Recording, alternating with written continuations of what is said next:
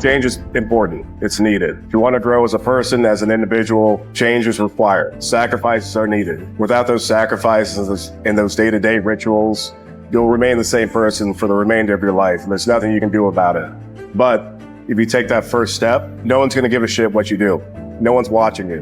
Don't be intimidated. People would rather help you than make fun of you. I can promise you that. So please do something rather than nothing.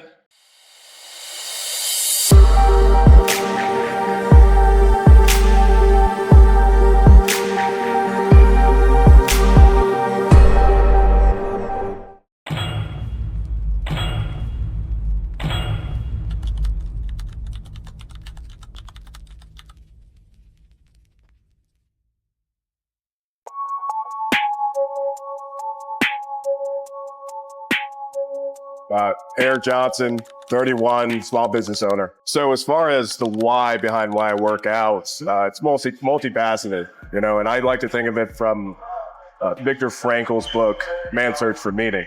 Our purpose in life changes day to day, year to year, so on and so forth.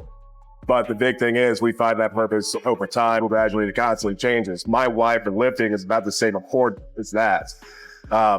Truly, I believe that my why right now is because I have a competitive nature. I enjoy competing. I'm a competitive bodybuilder to this day. But beyond that, I have a lifetime goal of just being physically active and physically fit. And I think that speaks volumes to a person's personality, their lifestyle, and their livelihood as well. As far as the physicality behind it and the tie-in between being a business owner as well as someone who's physically fit and active, it's something that clears up your mind, keeps you engaged, keeps you active, but it's also a separate set of discipline that's required to actually go down that path. The same business acumen that you have, your business is the same acumen you present as far as your fitness journey as well.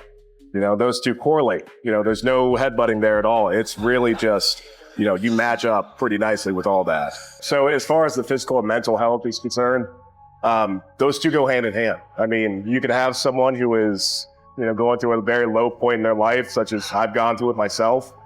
I was an alcoholic for several years. I have been over 2 years sober to this point, and weightlifting, being physically active has helped me along that way and through my journey.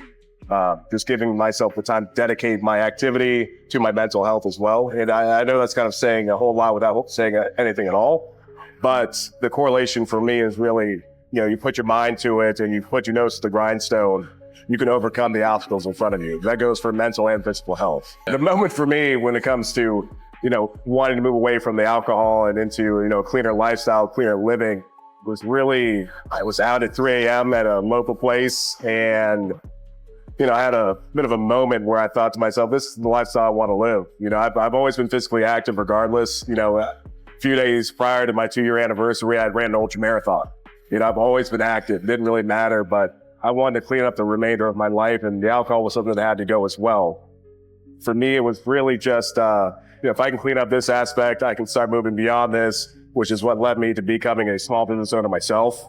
Being able to clean up all those aspects of my life and really put them into a small box and shove them to the side, like we're not doing this anymore, is something that really helped me out throughout my life. As far as the changes I've seen in myself throughout this journey, it's, I feel more focused. I feel more dedicated to my own craft. I feel more willing to help and engage with others, whereas beforehand, I could drink my problems away, which was an easy thing to do. It's a very easy thing to do.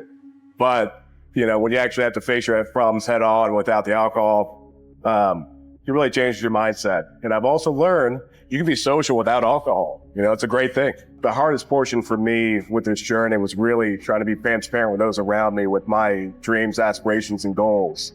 Having to tell my friends I'm not doing this anymore, that I'm going to put my focus here versus, we're going to go out and party still. Quiet sacrifice for me is sleep. I have to make that sacrifice on a routine basis to make sure things are operating as they need to be. As far as proud moments are concerned, through my sobriety, I was meeting my fiance. She met me when I was about 6 months sober, and I had to further clean up my act with her throughout that process because I was still trying to figure myself out at the time, but something that really impacted me. What would I tell myself 3 to 4 years ago right now? You're going to learn some lessons.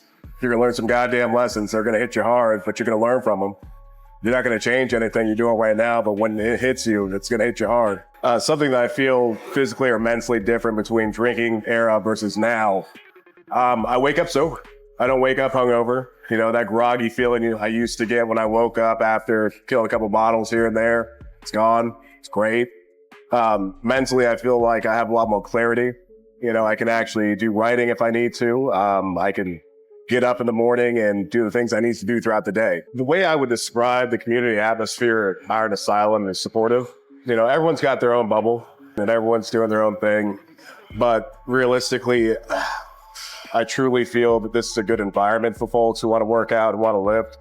It's not very clique dependent here. You know, people are very open and friendly, but I may have a jaded opinion on this because I'm, 240-pound man walking around. I look kind of good. People want to ask me questions about fitness, but I like the atmosphere here. As far as my take on balance goes, you learn it in time.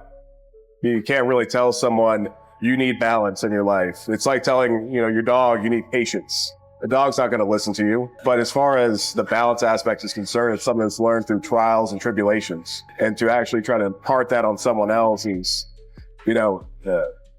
ruinous of their journey. I think that's a good way to put it. If I had to give a message to someone who is struggling with any sort of addiction, possibly fearful coming to the gym, change is important. It's needed.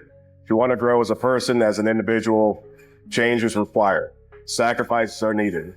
Without those sacrifices and those day-to-day rituals, you'll remain the same person for the remainder of your life. And there's nothing you can do about it. But if you take that first step, be it walking to the gym, going to a bench, setting up, no one's going to give a shit what you do. No one's watching you. Don't be intimidated. People would rather help you than make fun of you. I can promise you that. And for those struggling with any sort of addiction, seek help. You have a community of people around you who I'm sure would love to see you in a better place. So please do something rather than nothing. If I have one message to the world, live by the golden rule. Do unto others as you wish to be done upon you. If I had to pick one song for my journey, Bill Withers' Ain't No Sunshine.